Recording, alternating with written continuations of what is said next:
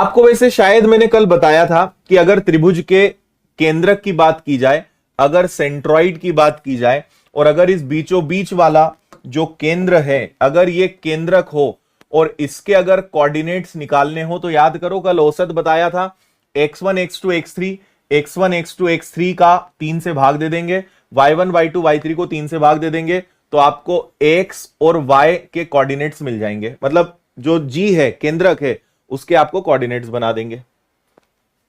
चलो अगली condition, d के निर्देशांक अगर किसी भुजा के ऊपर आपको कोई बिंदु दे दें, है ना भाई, ये बिंदु b है, ये बिंदु आपका c है, और आपसे d के ऊपर आपको अगर निर्देशांक दे देंगे तो क्या हो जाएगा, x2 प्लस x3 का आधा और y3 और y2 का आधा, है ना। अगर त्रिभुज की भुजा के बीचों बीच आपको अगर दे दिया तो x2 प्लस x3 का आधा, y2 और y3 का आधा, इस तरीके से आप निकाल सकते हो। ठीक है, यहां पे माध्यिका की लंबाई आएगा, थोड़ी सी टाइपिंग एरर हो गई इसमें, यहां आएगा माध्यिका की लंबाई, length of median, length of median. माध्यिका की अगर अपने को लंबाई निकालना है तो ये आप देख लो अच्छे से। ठीक है, ये आपका d हो गया x2 x1, ये आपका a हो गया x1 y1। और अगर ध्यान से देखो तो बोलने को माध्यिका है, लेकिन ये वही हो गया ना दो बिंदुओं के बीच की दूरी। भाई यहां से यहां तक मुझे जाना है तो ये तो दो बिंदुओं की बीच वाली दूरी का फॉर्मूला हो गया ना, है ना, x2 minus x1 y1 minus y1, एक मिनट, y2 माइनस y1 का होल स्क्वायर। तो दो बिंदुओं के बीच की दूरी का फॉर्मूला लगा देना, आपको माध्यिका की लंबाई मिल जाएगी, हाँ या ना। ठीक है, चलो इसके बाद आता है आपका अंतः केंद्र इन सेंटर, सब ज्योमेट्री में आपने पढ़ा है। तो अगर अंतः केंद्र दिया हुआ है, आपको बोलेंगे कि ये I अंतः केंद्र है और इसके x और y का मान निकालो, तो आपको फिर यहां पे फॉर्मूले दिख रहे होंगे, है ना। अब यहां पे एक चीज और है, ये a है, ये एक भुजा b है, ये एक भुजा c है। a का गुणा x1 के साथ होगा यानी सामने के साथ, b का गुणा उसके सामने, c का गुणा उसके सामने। देखो a के सामने x1, b के सामने x2, c के सामने x3, बटे में क्या हो जाएगा, a प्लस बी प्लस सी, तीनों भुजाओं का योग। y निकालना है तो वही है a का गुणा y1, b का गुणा y2, c का गुणा y3 और बटे में a प्लस बी प्लस सी। तो इस प्रकार आप इन सेंटर के अंतः केंद्र के x और y कोऑर्डिनेट्स निकाल सकते हो। आगे बढ़िए, अगला है परिकेंद्र अगर सरकम सेंटर निकालना है, इसके कोऑर्डिनेट्स अगर आपको निकालना है x और y के, तो फॉर्मूला आप यहां पे देख सकते हो। ठीक है, यहां पे एक्चुअल में क्या है, इन दोनों के ऊपर अंडर रूट आता है, लेकिन दोनों तरफ अंडर रूट होता है तो वो कैंसिल हो जाता है, इसलिए हम इस फॉर्मूले को यूज करते हैं। दोनों तरफ रूट आता है पर वो कट जाएगा, इसलिए उसको यूज नहीं किया जाता, है ना।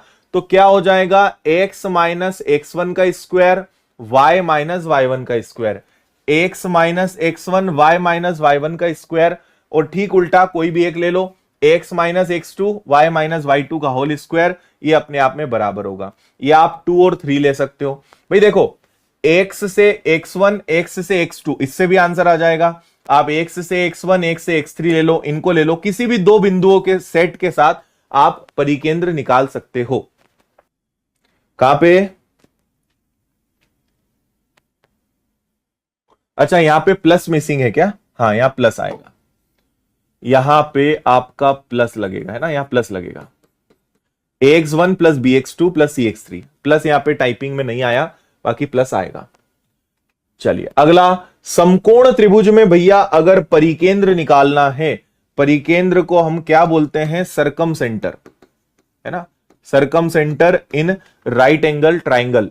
ठीक है, ये परिकेंद्र नॉर्मल हो गया, ये परिकेंद्र यहां पे होगा, तो इसके x और y क्या होंगे, समझ में आ रहा है। इसको इसके साथ ज्योमेट्री शब्द क्यों लगाया, क्योंकि ये त्रिभुज, चतुर्भुज, सारे केंद्र, सारी चीजें यहां पे आ जाती हैं। ठीक है, तो अगर ये निकालना है तो फिर बहुत सिंपल बात है, आपको पता है कि ये मध्य में होता है, तो x1 और x3 को जोड़ के आधा कर दोगे, y1 और y3 को जोड़ के। परिकेंद्र वैसे भी कर्ण के मध्य में होता है, बीचों बीच होता है ना, तो आप इन दोनों को, तो कुल मिला के एक बिंदु ये है, एक बिंदु ये है, और बीचों बीच वाले बिंदु का मान निकालना है, तो इनको जोड़ के आधा ही तो करते थे। तो x1 x3 का आधा, y1 y3 का आधा, बड़ी सिंपल बात है। स्लोप के निर्देशांक कैसे निकलेंगे? ठीक है, जैसे आपको यहां पे दिया हुआ है लंब केंद्र, ठीक है, अगर ये आपको यहां पे लंब केंद्र दिया हुआ है, स्लोप के निर्देशांक आप यहां पे कैसे निकलेगा? देखो यहां पे अपन स्लोप से निकालेंगे। हमने दो चीजें देखी थी कि या तो थीटा दिया रहे तो निकाल सकते हैं।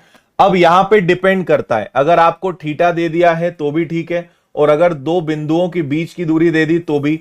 तो कुल मिला के यहां स्लोप से हमें निर्देशांक निकालना पड़ेगा, क्वेश्चन में डिपेंड करेगा। मतलब यहां त्रिभुज जैसा कुछ नहीं है, कोण दिया रहेगा तो कोण के फॉर्मूले से हम स्लोप के थ्रू निकाल लेंगे। अगर दो बिंदु दिए रहेंगे तो बिंदु के आधार पे हम समीकरण बना के वहां के कोऑर्डिनेट्स निकाल सकते हैं, तो इसमें कोई दिक्कत वाली बात नहीं है। चलो अगला क्या है? Distance between point and line.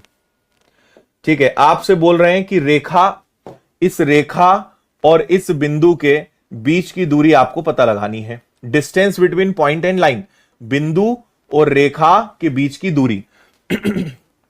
तो आप इस फॉर्मूले का भी प्रयोग कर सकते हो। ये आपका हो गया a का गुणा x1, b का गुणा y1 और c का c बटे में a स्क्वायर और b स्क्वायर, है ना। अभी ये अगले सब क्वेश्चन आएंगे ना, तब आपको ज्यादा अच्छे समझ में आएगा, क्योंकि अभी तो खिचड़ी बन रही होगी। क्वेश्चन से समझेंगे।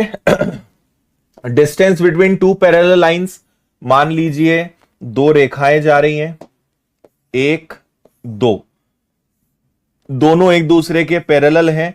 याद करो, अगर दो रेखाएं एक दूसरे के पैरेलल होती हैं तो a1 b1 और a2 b2, b1 b2, a1 a2 और b1 b2 एक दूसरे के बराबर होता है क्या? लेकिन c1 और c2 एक दूसरे के बराबर नहीं होता। तो दोनों का a और दोनों का b तो बराबर होगा, दोनों रेखाओं का a1 a2 और b1 b2 तो बराबर होगा, ये अलग होगा। तो अगर इनके बीच की मुझे दूरी पता लगानी है तो उसका फॉर्मूला होता है c1 माइनस c2 और a square plus b square. दोनों का a होता है बराबर, दोनों का b होता है बराबर, तो हम यहां पे क्या करते हैं, c1 माइनस c2 और a square plus b square. कल क्वेश्चन इसका भी देखेंगे। इसको और देख लो, अगर कोई लाइन x अक्ष पर बिंदु a और y अक्ष पर b पर काटे तो लाइन के समीकरण कैसे होते हैं, है ना। अगर x अक्ष पे इसने बिंदु a पर काटा और y अक्ष पे बिंदु b पर काटा, तो इसके समीकरण निकालने का फॉर्मूला होता है x upon a, x upon b is equal to 1। ये आप बस याद रखिएगा, और बस आज के लिए इतना ही।